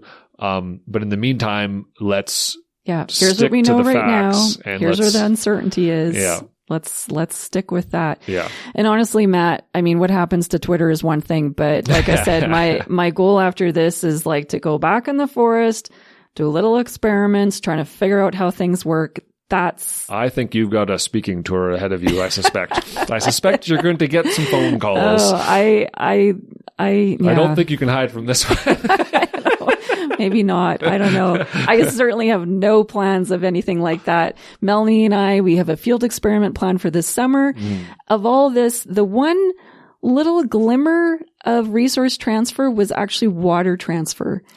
There was one study that had a very convincing data point that water was moving from a tree to a seedling through a fungal network. Interesting. It was just one root tip on one seedling. But it was the strongest evidence we saw. That's all you need to start looking, right? And that's exactly it. So we want to follow up on that. Yeah. Like, what's going on there? Is it something? Is there enough water moved around that it could actually affect a seedling? I don't know, but this is not a very scientific question, but are you hopeful that these common mycorrhizal networks will turn out to be a really big deal and very cool to think about? I am not somebody that hinges my hope on any one part of the ecosystem. I love mycorrhizal fungi. I think they're very cool, the symbiosis, everything. But I've never been convinced that you can look at one piece of the forest and say that's the magic. Everything hinges on that thing. Right. That seems pretty simplistic. Yeah. Yeah. Like I'm not. Well, I think even the forest industry has done that with trees. Yes. Right. Yes. Like we've done that with trees. Like we manage for the trees, everything else will follow. And that's probably flawed. Yeah. But I mean, the other extreme, I'm not, the forest is a superorganism. I do not fall into that camp at all. Right. But it is all these interactions. and the complexity of the interactions that holds this forest together. And when we're managing forests, you don't just manage for the trees. You certainly don't manage just for the common mycorrhizal networks. Right.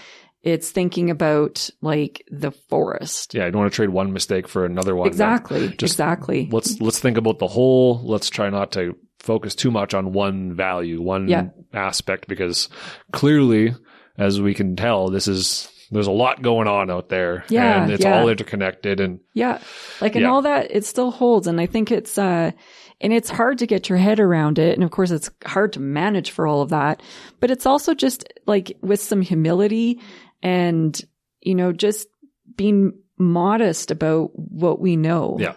And just recognizing there's some limits, and we might not get it all figured out. Yeah. But we're going to try, and this is how we're going to try. In 10 years, we might look at now and oh boy, what were we doing? Right. This is just normal stuff. It's just a reset. Yeah. And I guess what makes the stakes higher though is because of things like climate change, where now we are really pushing our forests to do a lot for us. We want them to do a lot. And if we're losing forests, so there's much more at stake. Yeah. We don't, that time, things are changing. So it does change a little bit, but no, so in my mind, and I think the other thing too, after doing this study is there's just lots of interesting things going on. Yeah. Independent of these mycorrhizal networks. Yeah. And, so I guess in a way, I've kind of stepped back from them. I don't have the same enthusiasm as I did 20 years ago when I first read that paper. But it's because I have a broader enthusiasm for just the whole forest now. I love that. Yeah. Yeah. That's cool. Yeah. That's cool. Yeah. That's a perspective that I think I got into forestry because I like the forest. I like the trees. I like the forest. Just period, right? Everything in it. And now I've realized that I probably should have went into an ecology major or something. Because what I like is the interconnected concepts, and I think that's evident if you listen to the episodes in this show. It's evident that way. So, this is a incredible conversation. Is there anything you want to say to put the exclamation point, or just because I think feels like you've covered it all? Yeah, I was no, I think I left it all on the table there. I think it's good. Awesome. Well, thanks for your vulnerability and for the honesty and for the clearly you're putting your heart on your sleeve here, as well as your mind and all your intellectual power, right? And I think that will come out in the maybe the emotion will come across in the paper, but obviously in the articles that are going to come out and that have come out in this show and everything else. And I think it's going to go well.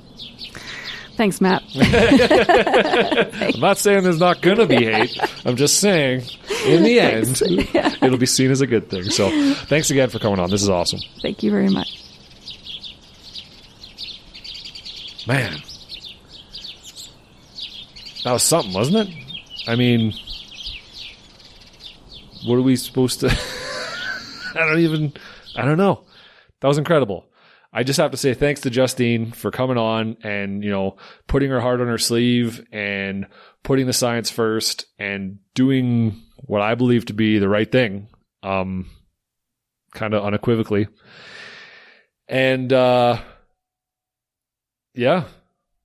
hope that this does exactly what you hoped it would do, and that it resets the scientific community, resets the field, and we can learn and get excited about how nature actually works, and who knows what we'll find.